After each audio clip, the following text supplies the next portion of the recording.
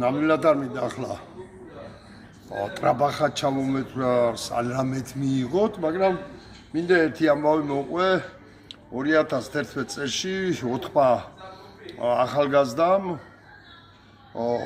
2011 იყო მაისის თვე კედელზე წააწერენ მიშა წადი.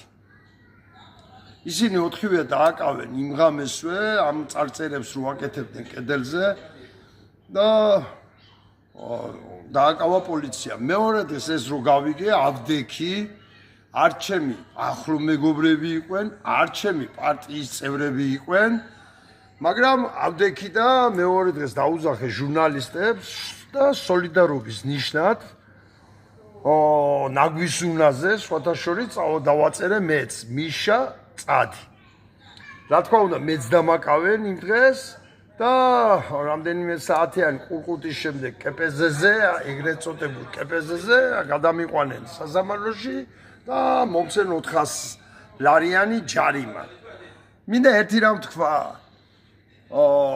არც ის ხელისუფლება იყო ბულკი და დედა რა ვნახე, ისიც ასეთი იყო, მაგრამ ამგერმა რო გადაასწრე ყველა და ყველაფერში ეს ფაქტია. სხვათა შორის იმ მოსამართლეები, ვინც მე მაშინ დამაჯარიმე ამ სოლიდარობის ნიშნად, იმ მოსამართლეები, პოლიციელები იჭირავენ ახლა ამ ახალგაზრდებს. ნუ ამას თავი დამანებოთ, მე არ ვიცი ახლა, მე მინდა მოგიწოდოთ რა.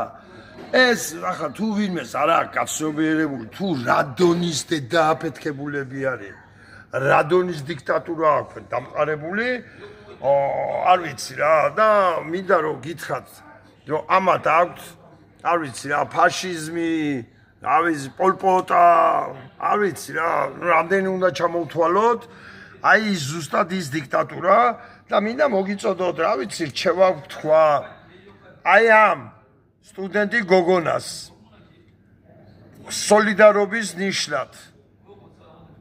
ალბათ, ერთი 1000-მდე მაინც, 500 მაინც თავგანწირული და იცოდეთ, თავგანწირული ვინც არა და თავგანწირვა თუ არ იქნა, ისე ამ ხელისუფლებას ვერ დავამხობთ, ესაა ფაქტი. დაითქვა სხვა 500-მა ადამიანმა ჟურნალისტების წინაშე უნდა მივიდნენ და პირდაპირ უნდა გადახაზონ.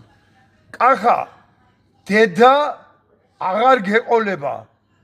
დედა აღარ გეყოლება, კახა, აი აღარ გეყოლება და დადგება ის დღე, როდესაც შენ თითებს მეიჭამ.